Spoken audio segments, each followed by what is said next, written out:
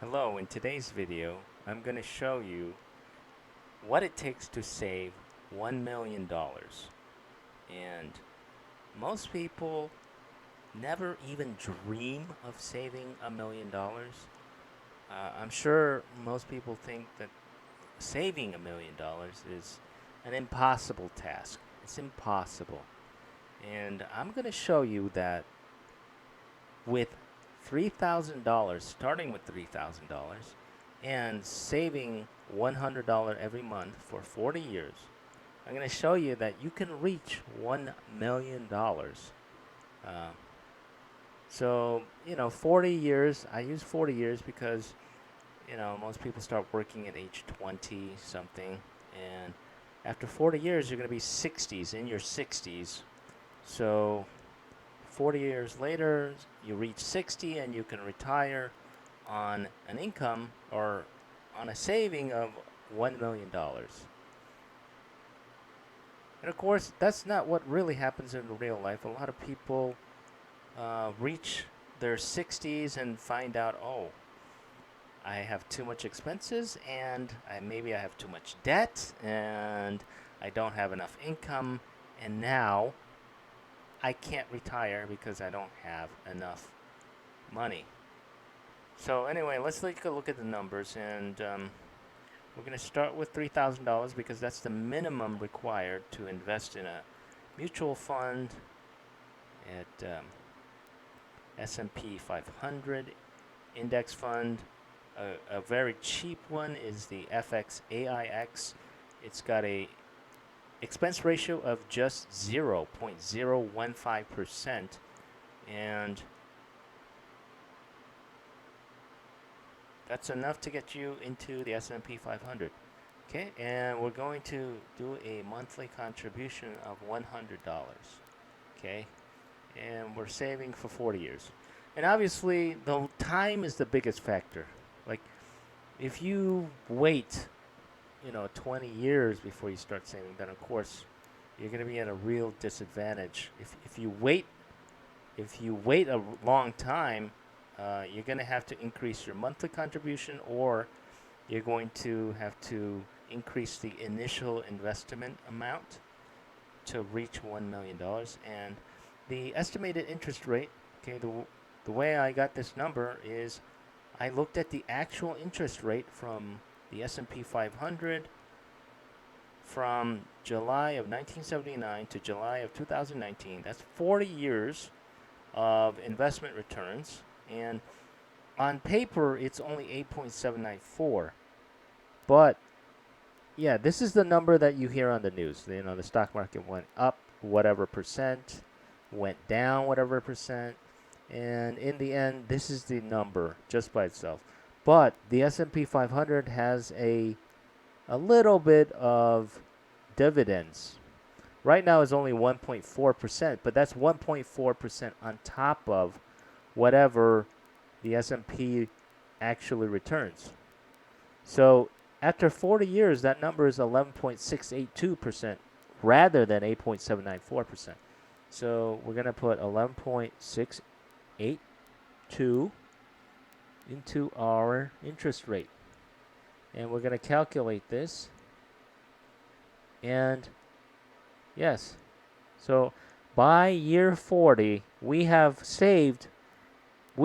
contributed $51,000, okay?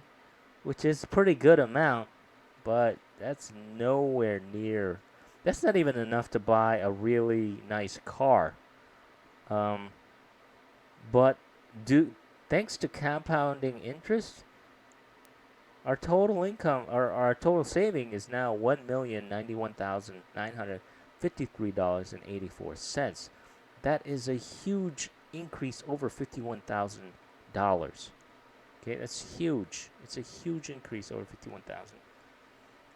And again, trying to just save manually, just by putting it away, no one should try that. That's a complete waste of time. 40 years, you've got 51,000.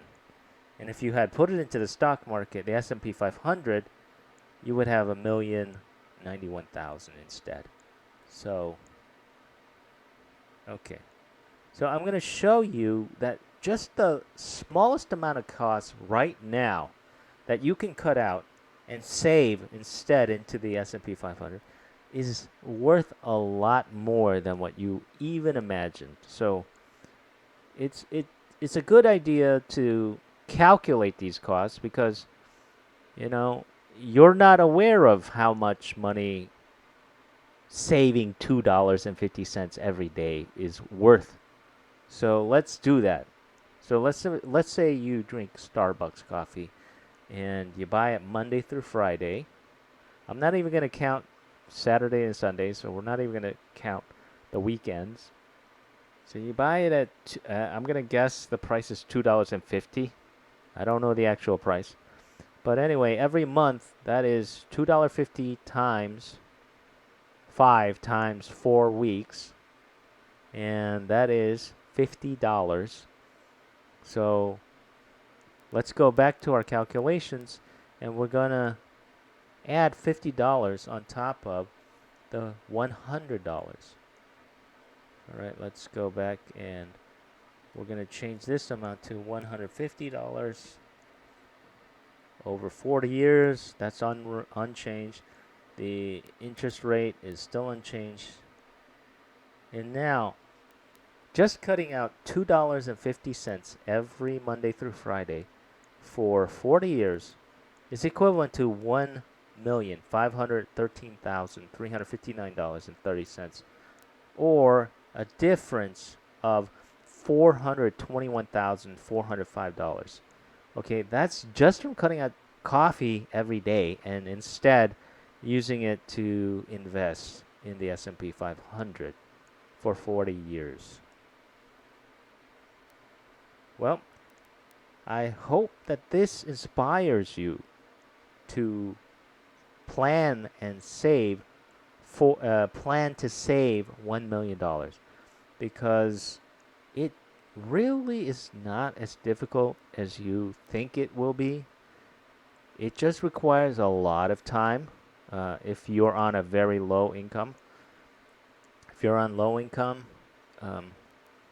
it requires, a minimum of $100 and over 40 years, and starting with a $3,000 investment. So I just wanted to end with this thought.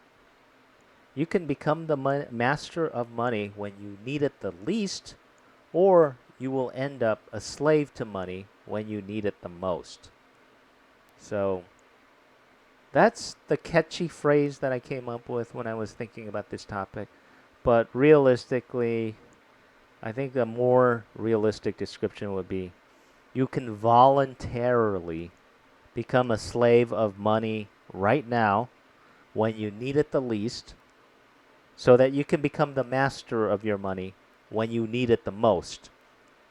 And again, you're a slave to money right now if you're saving and you're trying to cut back costs, but you don't have to. I mean, it's voluntary, meaning that at any time, if there's a special occasion and you want to spend some money, you can do that. But when you're able to save, you should save so that when you by 40 years you will have $1 million. Okay. Have a good day. I'll see you next time.